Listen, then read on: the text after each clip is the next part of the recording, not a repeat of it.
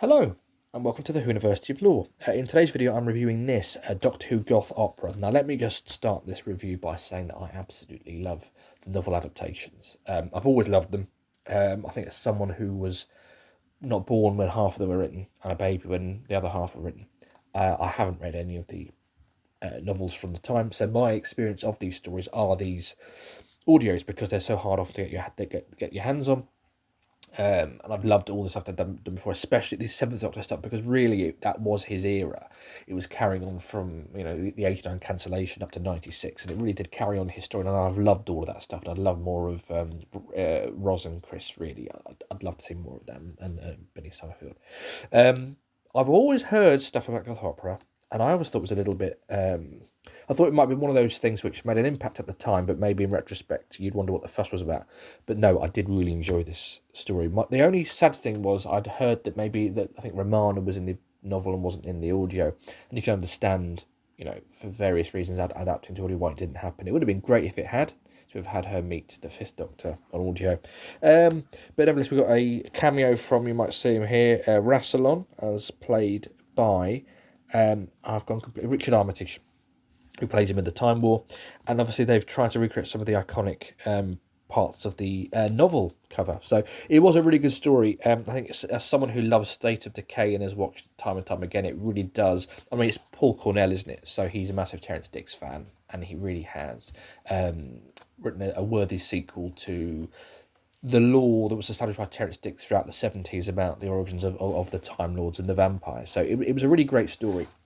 And it's 3-hour epic.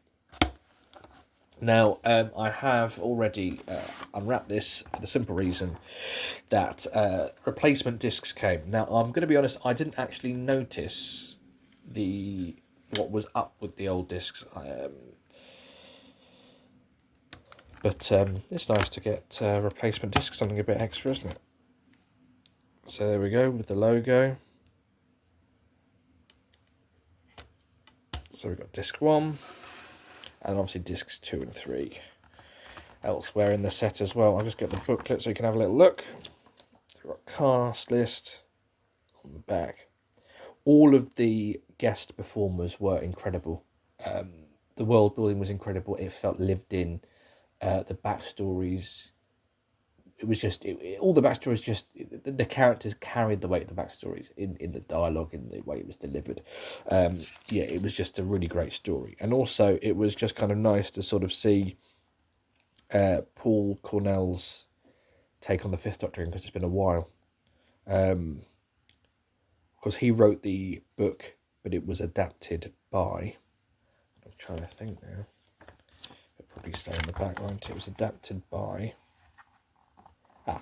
Elizabeth Miles. Okay. So the good news is that they the novel adaptations tend to be a slow burner from what I've heard. So they tend to have a really big following, but they're a following who are niche, and I am one of those. So Big Finish don't tend to get a massive surge of purchases in the short term. So that obviously these need to make money for them to be able to make them. But they did say that long term they do well, and often I think from what I gather they sell better than other releases further down the line. So over a long period of time they'll still be selling units which other releases maybe don't. And in particular this one, because it is a popular novel, and as I said, I did wonder what the hype was about, and I know what the hype was about, because it's a really good story. Probably one of my favourite Fifth Doctor stories, full stop, actually. And it does a really strong job of working with Nyssa and Tegan, which we didn't always get on television. But yeah, so from what I gather, this sold really well anyway, because it was a popular title. So from what I gather, they are looking into doing more. So in the comments below, do let me know what kind of novels you'd like adapted. I'd love Lungbarrow, but then of course they've done The Last Day now, so it probably would exist in its own sort of universe now. But what would you like to see? Do let me know in the comments below. I just want to see more of the Seven, Chris, Ros, Benny, Ace, all of that stuff. But yeah, obviously it's opened up now. We've got the first 3 Doctors have been recast, so that they can do anything now. But yeah, as always, don't forget to like and subscribe. I look forward to speaking to you soon.